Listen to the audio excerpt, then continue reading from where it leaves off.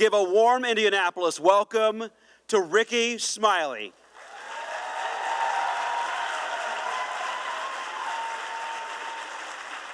Are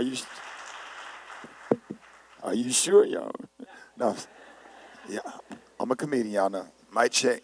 Mic check. Which one better? This one or this one? This one? Both of them good? All right. First of all, thank y'all for having me. Give yourselves a big round of applause. Do y'all want me behind the podium or y'all want me to? You want me to flow? Yeah, because if I stand behind here, I'm going to preach. Turn with me, if you would, to the book. I will preach. No, I'm just kidding. First of all, the young man, Alabama State University, thank you so much for that. Appreciate that. I got 3 kids. I got a niece, a nephew, and my son is on the basketball team at Alabama State University. I can't believe my son went to the same college I attended.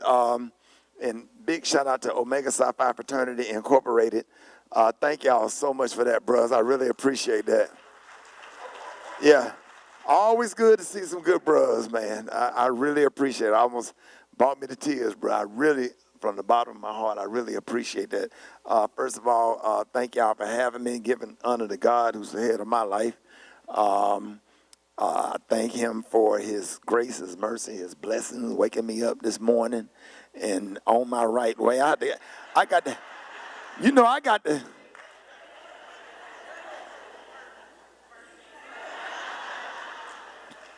You know, I got to get God his first. Yeah, you know, I'm not the best speaker, so this is about to be the best ADHD speech you have ever seen. Because it is all over the place. You know what I'm saying? I was a kid that the teachers did not, they said, hey, do not sit him by the window. He's a dreamer. And daydream out the window. He used to have to sit me up front. I was a kid that always sat up here by the teacher. So whenever I visit schools and I see the kid that's been separated from the rest of the class, I say, you're going to make it one day. That means you're special. Because that was me. My name is Rickey Smiley. I'm from Birmingham, Alabama. Proud to be from Alabama. I was raised by a wonderful mother, but who allowed me to spend so much time with my grandparents. 2 sets of wonderful grandparents that live right across the street from each other. So my mom and dad was childhood friends. So my great-grandparents was my grandparents, and I knew all of them. I had an opportunity to meet every last one of my great-grandparents. My last great-grandparent died when I was 30. 51 now, she was 106. And and my grandparents lived across the street from each other. They were some wonderful people that taught me. I come from a military family. All of my uncles, military. That's where all of my structure come from. And I'm just a country boy from Birmingham, Alabama, that love God and just try to do the right thing. All the y'all, give all the young kids a big round of applause that came out tonight. Yeah. Growing up, we ended up moving into the housing community called Kingston Project. Anybody want to get in more detail? You know, I have a book that's out called Stand By Your Truth. You can order it on Amazon, so you can get into more detail. So a lot of stuff I don't get to talk about here is all in the book.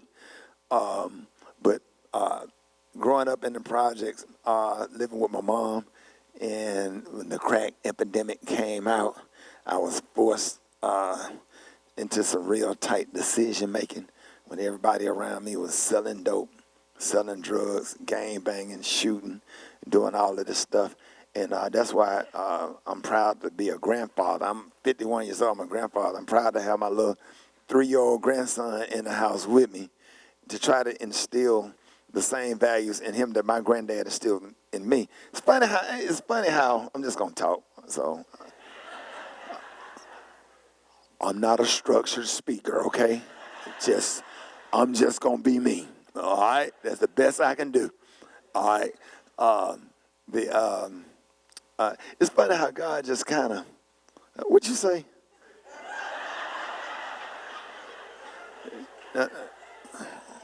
You know, you know I'm a comedian, right? I know this is a speaking engagement, but I can switch it on now. Though.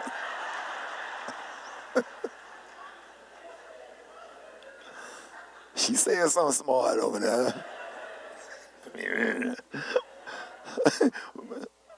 You looking out for me. I appreciate it. But I just absolutely love my 3-year-old grandson. And it's funny how God just, after my granddad died last year, and 2 or 3 months later, I end up with a 3-year-old in the house and able to be to him what my grandfather was to me. God is just awesome at distracting you, giving you something to do. And I just try to instill everything into him that my grandfather instilled into me. I'm 51 years old. I ain't never had a drink in my life. I ain't never smoked no weed. Kids, I ain't never smoked. Listen, I'm going to jump all over the place. All y'all young men that just left the stage or whatever, it comes down to decision making. All y'all 14, 15, 16, around that age range, the decision that you make now is going to have an effect on you all the way until you my age, 51. And people are going to call you lame. They're going to say you whatever. Say all these things about you because you ain't running with the crowd. The reason why I'm where I am because I had to make important decisions at your age. A lot of kids my age was drinking and smoking and skipping school and doing all this stuff. Now, I didn't make A's and B's. I didn't. I was a C student. I made straight C's, and my granddaddy took me to Captain D's to celebrate. I got a B in spelling every now and then. I get a B every now and then, but I was straight C's because I had conduct problems, and they didn't have medicine for ADHD back then.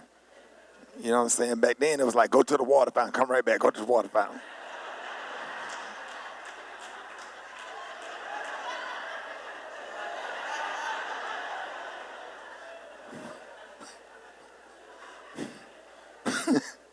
That was the cure for ADHD in the 80s.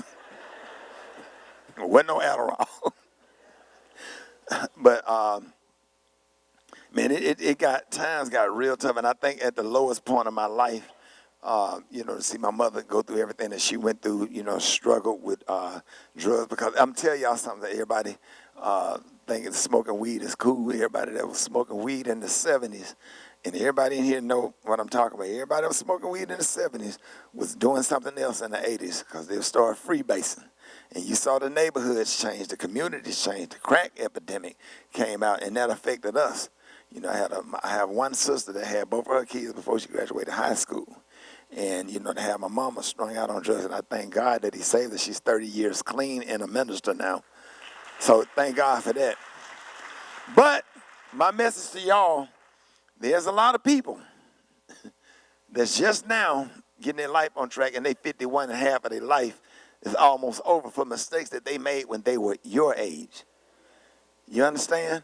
And I want all of y'all young people that's in here tonight to not be afraid to get out of your comfort zone. Let's talk about that for a second.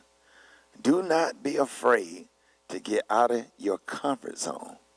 Everybody in Indianapolis need to go to Atlanta or Miami or Chicago or LA or DC in order to grow. You understand? A flower, these flowers right here, let's say if these flowers was real and they in pots.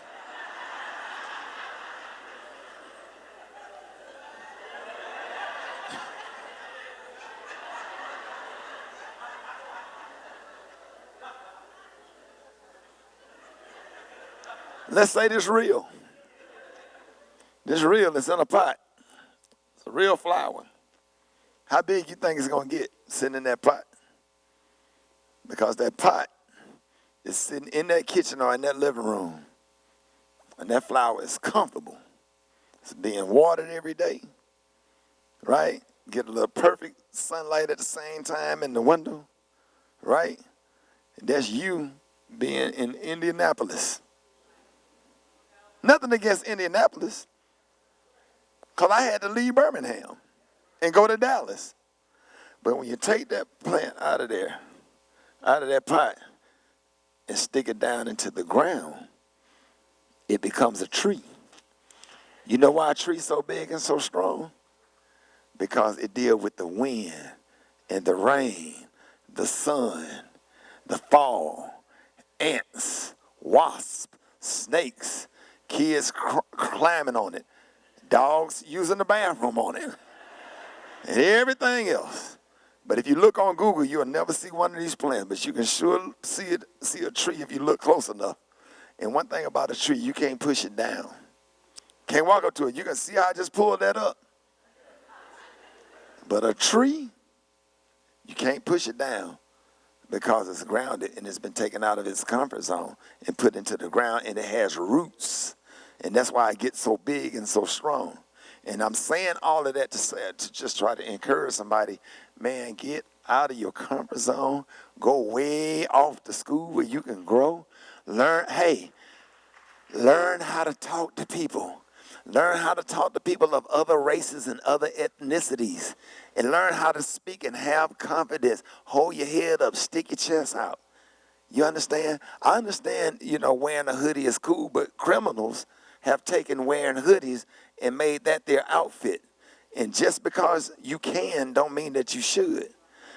Do not allow your freedom to become your bondage. Just because you can and you have a right to, don't mean that you should. Last week, or whenever that was, Valentine's Day, I was at the Westin. I was staying at the Westin. And I saw a young man walk around with a backpack on, had his hoodie on. And I asked to speak to him, and I had a conversation with him out of love and encouraged him, hey, go ahead and take your comb your hair, take the hoodie off. Because you don't want to be associated with that. Everybody you see on the news or on a camera doing something wrong, they got a hoodie on. And you just don't have to do what everybody else do. This is what I'm just telling y'all what my granddad told me. You don't have to do what everybody. I'm just talking to the kids right now. We'll get to grown folks in a minute. But you don't have to do what everybody else do. I dare you to be different. I dare you to be unique. I dare you to step outside of the box. 51 years old, don't even look like it. My 30-year-old son can't even outrun me in the 40-yard dash. I'll light him up. Still to this day, I don't look 51. You understand? So you just don't have to be like everybody else. Be different. Be unique. You're saying you can make it. I went from living in the projects to sitting in the Roosevelt room in front of the President of the United States. You understand what I'm saying? And because when it came down to making a decision, I had to, sit on the porch. And that's what I did. I stayed on the porch. I saw them riding through there selling drugs. I saw the drug dealer with the Mercedes and the Cassell glasses on, and they was kicking, and they all had money. And my grandma in the house, and we broke. No air conditioning. We ain't got nothing. I'm trying to figure. Only job I had was walking down the street 2 blocks to go to that church to play the piano for the Sunday school, and they was paying me $10 a Sunday. Then I got another job making $75 a Sunday playing at another church at 11 o'clock service across town because I played the piano and the organ. And I used to be real good at it before the devil came into my life.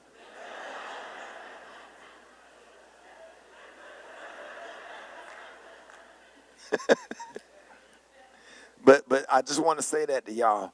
Make great decisions. Remember that preparation meets opportunity. Man, if you put those phones down and apply yourself to some stuff, you could take it to a whole nother level, And now I ain't tell nobody how to raise their kids, but in my house, they can't bring a cell phone to the dinner table. We sit down to eat dinner together. As a matter of fact, Thanksgiving, you can't have a cell phone nowhere in the kitchen or the living room. I have a cell phone room, and I line up a lot of chargers, so when everybody come in the house, they got a whole room. They can cell phone themselves to death. But if a cell phone ring while we sitting down breaking bread, and that's the discipline and the structure that a lot of people have gotten away from. And so now everybody have all this freedom, and then ever you chastise your child to try to get your kids to do right, and they see it on the internet, you get questioned by people. Why you can't do this? Well, why you make your grandson do this or whatever? Yeah, I talk heavy to my grandson. I talk a little crazy to my grandson. I understand he cute and got curly hair, but I talk to him like a man, because that's what I'm raising. So when the football coach talk to him and society treat him bad, he ain't sensitive. See what I'm saying? I'm not sensitive. I don't mind getting cussed out. My grandma cussed me out. I thought my name was long, skinny, narrow bastard. And that's what my grandma used to call me, a bastard you. What they say, you shake me fire, you bastard you. I got cussed out by my grandmama so much that I actually think when somebody cussed me out, it's actually funny. So we got to stop. I'm talking to the grandpa that we got to stop. Don't fall in love. Love your kids, but don't be in love with them, and continue the discipline and the structure. And ain't nothing wrong with old school.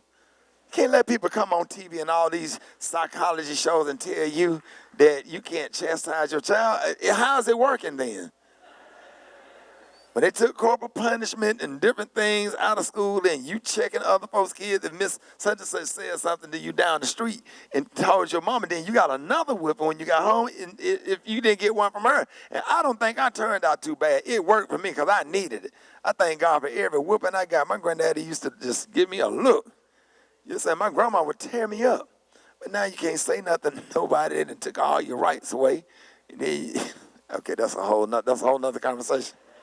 Y'all want to say, okay, yeah. But you understand, but I had the discipline and the structure. I just want to encourage, people to the discipline and the structure. Is nothing wrong with it, because I wake up every morning to do radio at 5 o'clock in the morning, and I have never used an alarm clock a day in my life. My granddaddy taught me, if you go to bed with your job on your mind, you're going to wake up anyway. So what if the alarm clock and the power go out and the alarm clock don't work, kids? What if your cell phone die and you got an important job where 8 million people depending on you to get to work every morning? That's a responsibility. I'll be up at 3 o'clock in the morning, 8 o'clock. If somebody at my house, hey, all right, well, I have company. I have family dinner, family over. I'll go in there and put my pajamas on and come back in and say, what y'all getting ready to do? What y'all getting ready to do? Lay it down. Yeah.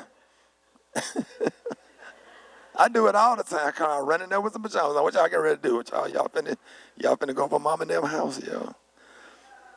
And you have to have that discipline in order to be successful. Steve Harvey talk about, stuff like that all the time. And I just want to share that stuff with y'all. Graduated from high school, went to Alabama State University, started doing radio.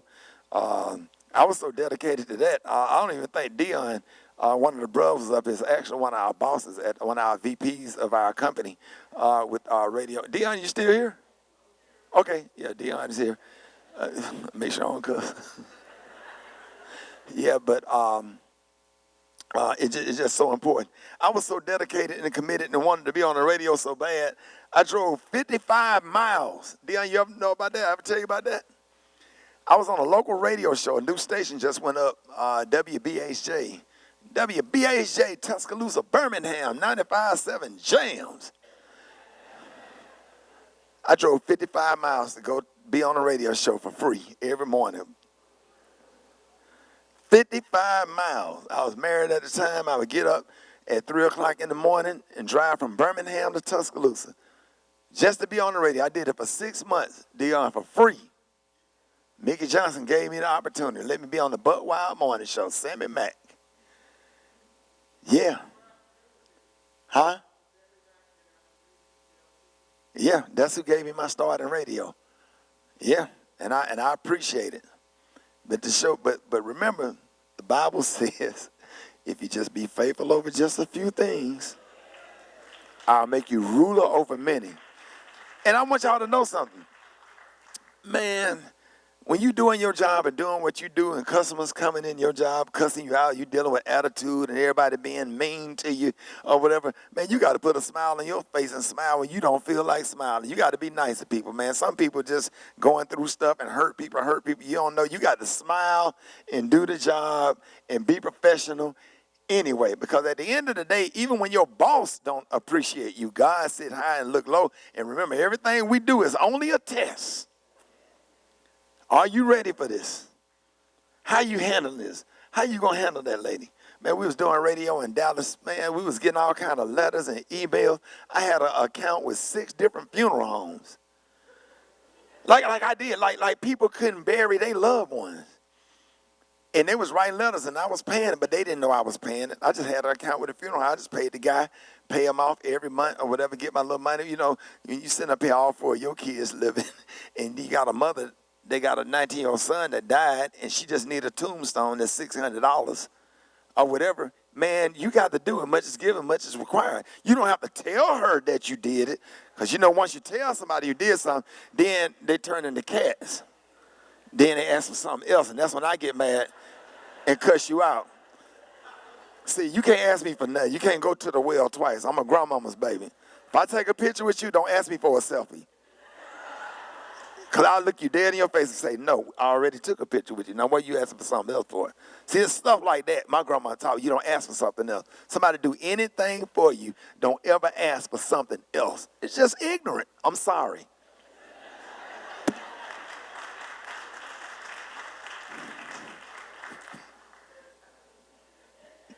Was that too real? Huh? Look, the older people like that. Yeah. I helped you one time. What you ask for? So I started doing, doing radio. I started doing comedy November the 13th, 1989. So I'm in my 30th year of stand-up comedy since the first time I walked on stage.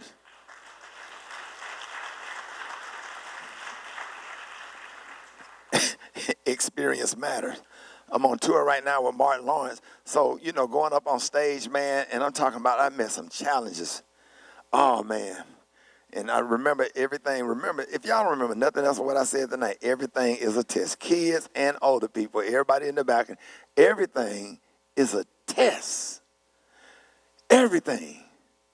Every single thing is a test. God, sit high, wake her up, tell her, wake her up. Hey, don't do that. You about to miss something. You about to miss your blessing. She just sat up there acting like she's clapping, then she gonna nod off and sneak her little nap in between stories. She like,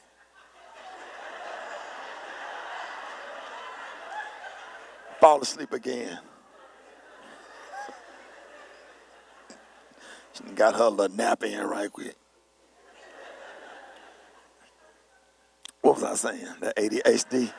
That ADHD, everything, listen. Whew. Man, my grandmama checked out on me. My grandma died. And, my grandmama died, and God is just so good. God is still good. First of all, God is good for allowing me to even have a grandmother and a great-grandma, first of all. And I was able to go pick both of my grandmamas up every Monday. We went to Walmart, and then we went to Cracker Barrel, and I had to get them back home before the news came on. Back home before the news came on. God let me do that. Take my grandma to dialysis if I'm in town during the week, 3 times, take her to dialysis, pick her up, or she get a ride. I pick her up from dialysis. We listen to John P. Key on the way back. My grandmama said good night, said goodbye. My second grandmama died, and I didn't know she was going to die. I was over there one day, and we had a good time, took pictures, and I called. I said, I love you. She said, I love you too. And I'm getting ready. I'm in New York, Dion, getting ready to go on 106 in Park with AJ and Free, standing backstage, getting ready to go on 2004, getting ready to promote the new season of BET Comic View. And then, getting ready to go on stage. My cell phone ran. All right, 849-7385. That's grandma. What she want? Hello? Hey, this is Miss Lockhart. Miss Lockhart is across the street. Well, Miss Lockhart calling from my grandmama number. Yes, ma'am. She said, you sitting down? I said, yes, ma'am, I'm okay. She said the paramedics came, and your grandma got sick, and she didn't make it. I said, yes, ma'am. She said, are you okay? I said, yes, ma'am, I'm fine. She said, okay. I said, I'll call you back.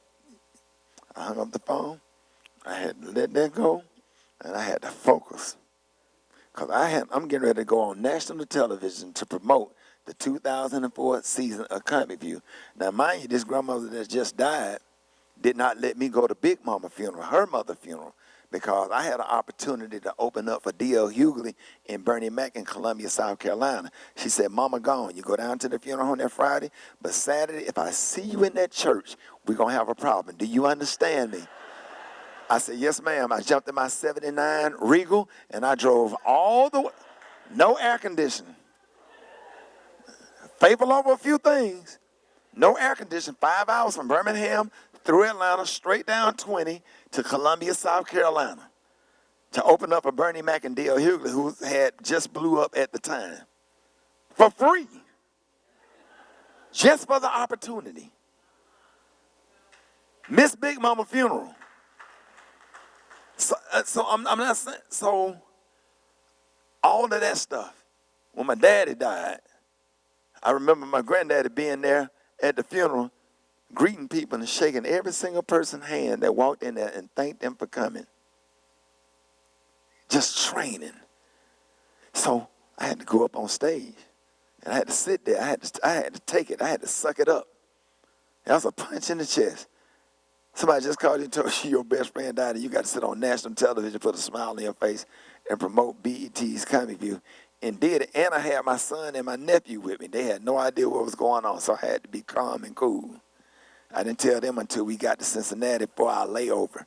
Then a flight to Birmingham. I rushed over to my grandma's house like she was going to still be there, and like I could save her or something. I don't know, I was flying over there, you know, to walk into an empty house and see my granddaddy sitting over there like that.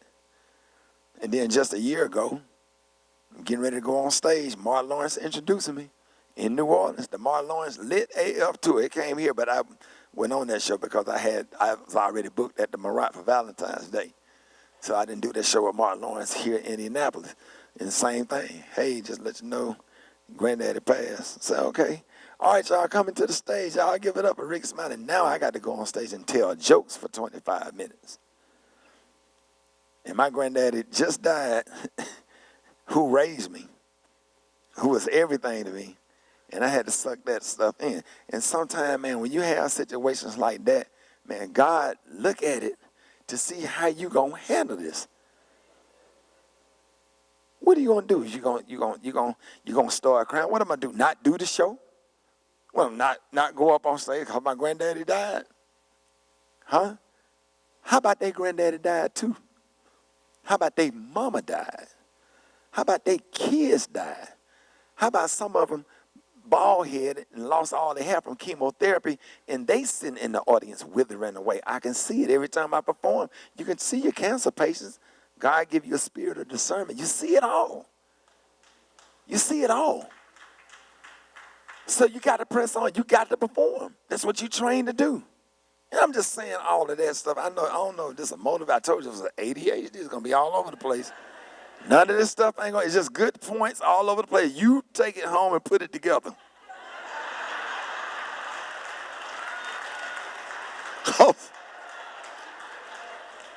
You take it home and connect it. I'm not able to connect it.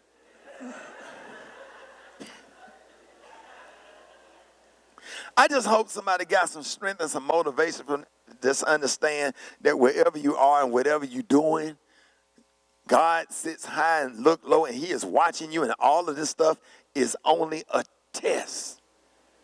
Your attitude, kids, determines your altitude. Your attitude determines your altitude, how high you go. Little chick, Gert, worked in Walmart, hard, low haircut, stud. What was that? Is that political? Because you can't say nothing nowadays. Between he said stud.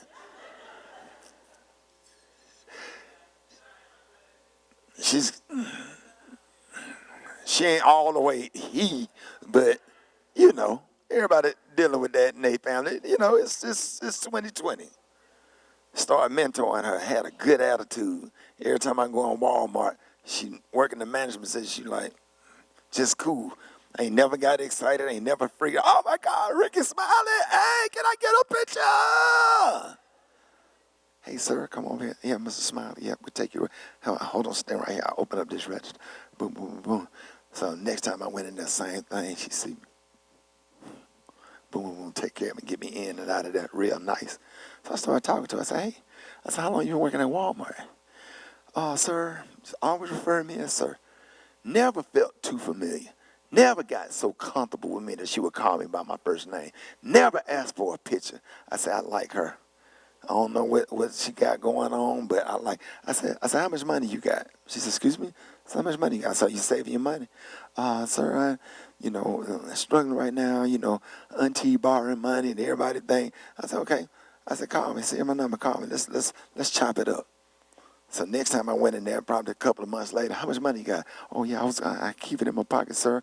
Just want to show you my bank receipt. I got $670. I said, Gert, that's good. Keep doing what you're doing. Put that up in your pocket. I said, keep doing what you're doing. I might have something for you later on down the line.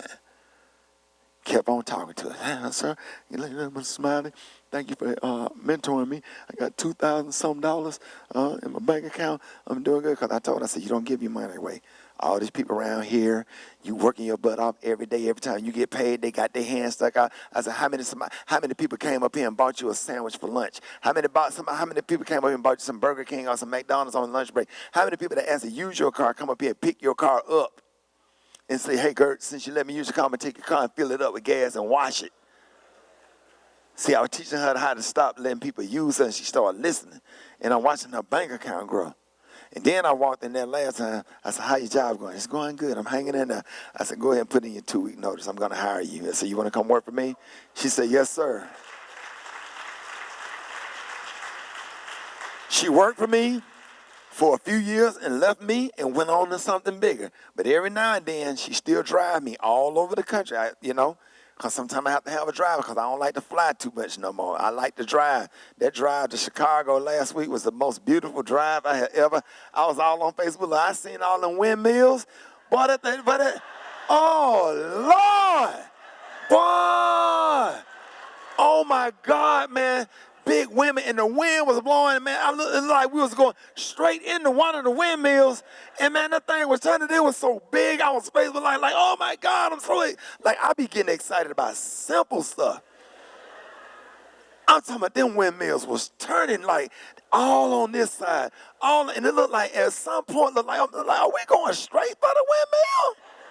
Like we were going straight to it, and right when we got up on it, it was like, ah.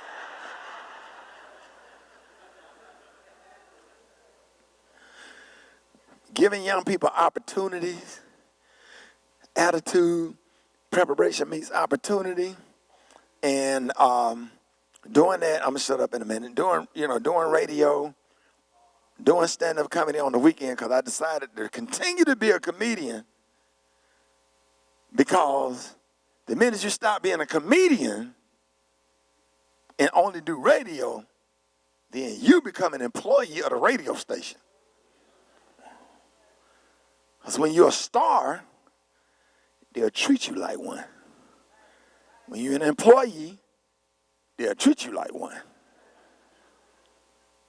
Because anybody ever decide to get mad at me and pull the plug, I got these jokes. Hey, the best of that is I always have you a second or third little source of income.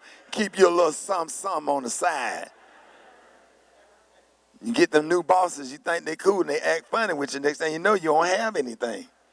So you're out here making somebody else rich, you better go be cooking you some barbecue on the weekends and get them little phone boxes and make them little plates and write their name on it and get in your Prius and load all them phone plates in there and go and deliver it or whatever and get you one of them little Pizza Hut things where it could be hot.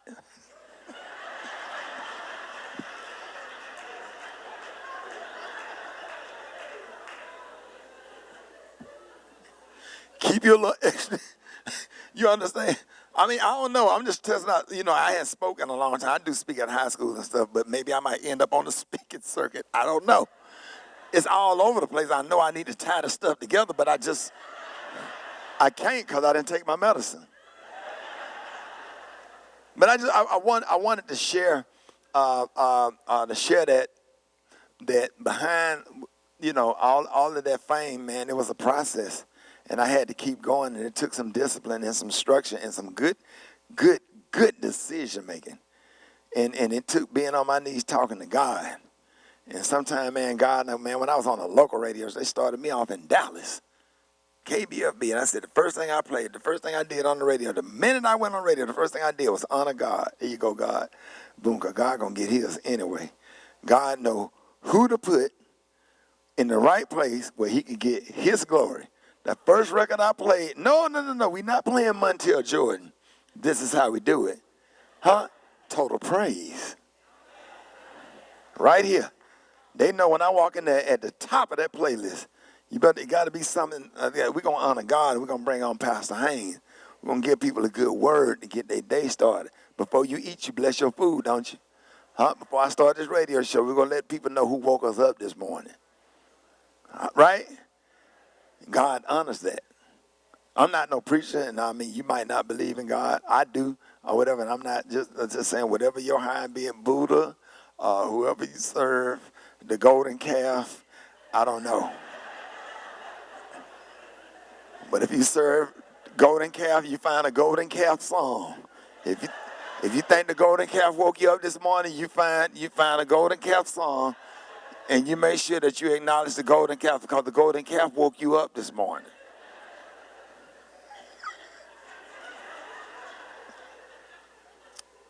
So we did hip-hop radio, and we won in Dallas. And God said, be faithful of a few things, I'll make you ruler over many. And Alfred Liggins, CEO, said, hey, if you beat the competition, you know what I'm doing? I'm going to put you on all of my radio stations. We beat the competition, then he put me on all the radio stations, all Radio 1 property, Baltimore. You know, later on I came on in Cincinnati, Indianapolis, or whatever, you know, all of that stuff. Then it was like, okay, I didn't want the Tom Jordan job. I didn't ask for that. Let me tell you something about being a made man. One thing I ain't never did, excuse my language, I ain't never kissed nobody's butt to get to where I am. Nobody. It's a way to be respectful.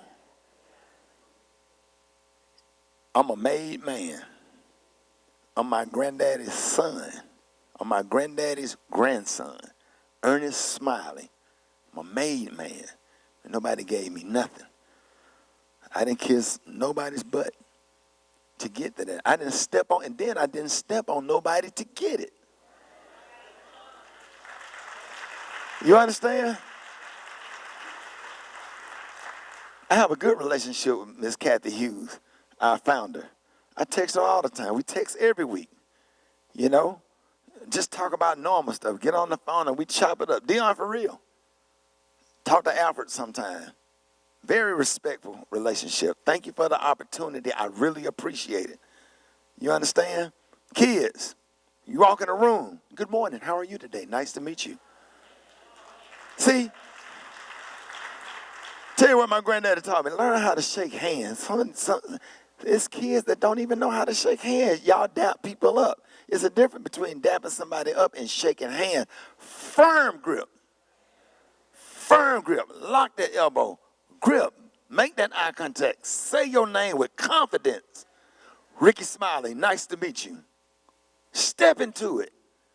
It gives people that energy goes to the other person and let people know what kind of man you are. And you know what? I ain't going to even try him. See, they're going to try you. If they know, am I right, sir?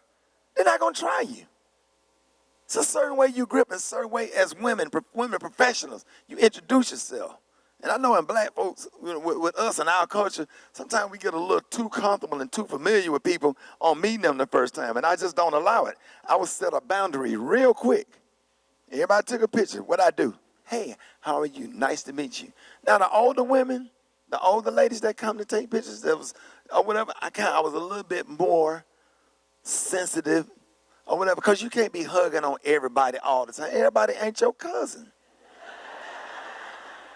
All this hashtag Me Too stuff going on, it's okay to shake hands and be professional. That don't mean that you're mean. Boundaries don't mean that you're mean. I don't tell people how to be. Be whatever you want to be.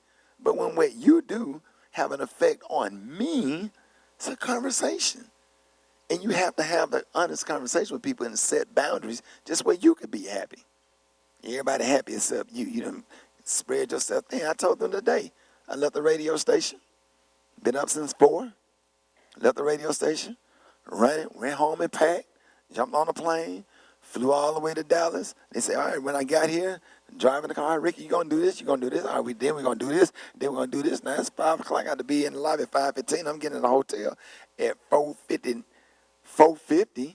You got to be down at 5:10. I got to take a shower and get dressed. Wash up.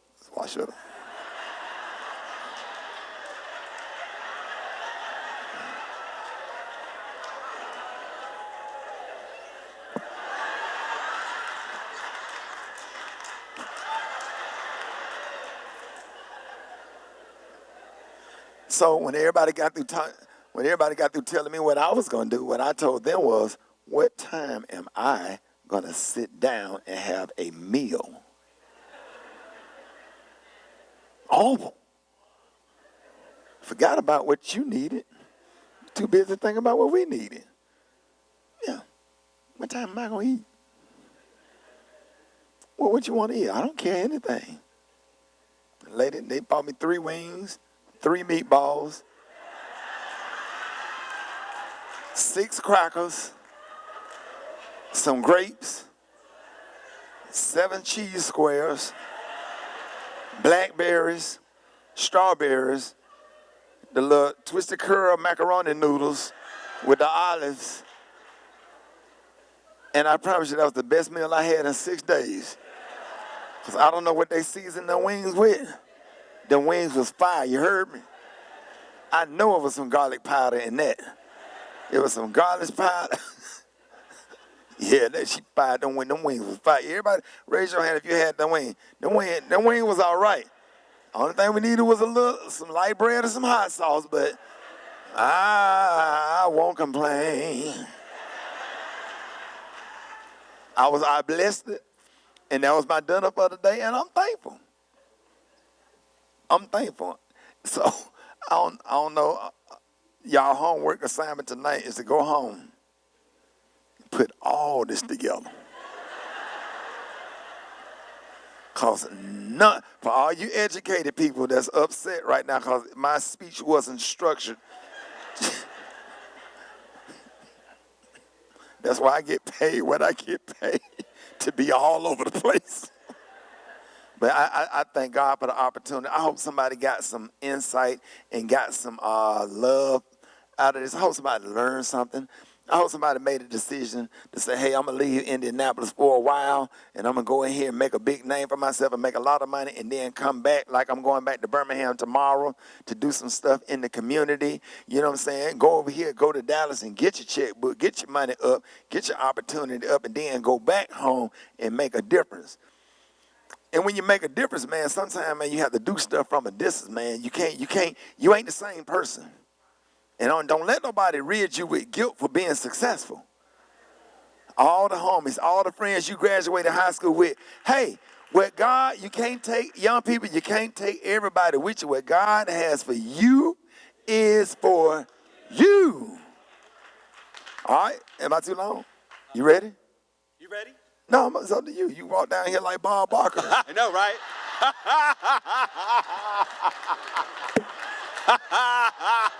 Come on down. Come on down.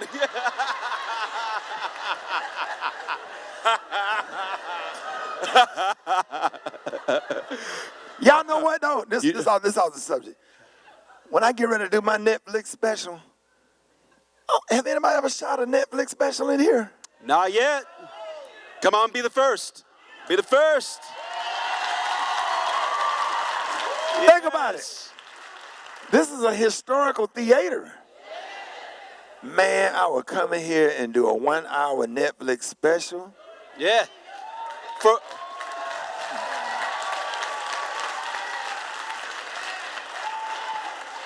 And do it for Madam C.J. Walker. Absolutely.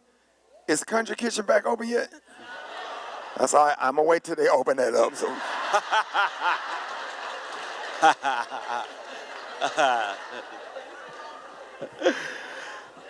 Ladies and gentlemen, give it up for Rickey Smiley tonight. Hey, was it boring? Was that okay? Be honest. Y'all think I could be on a speaking circuit? Oh, yeah. I mean, be honest. Don't lie.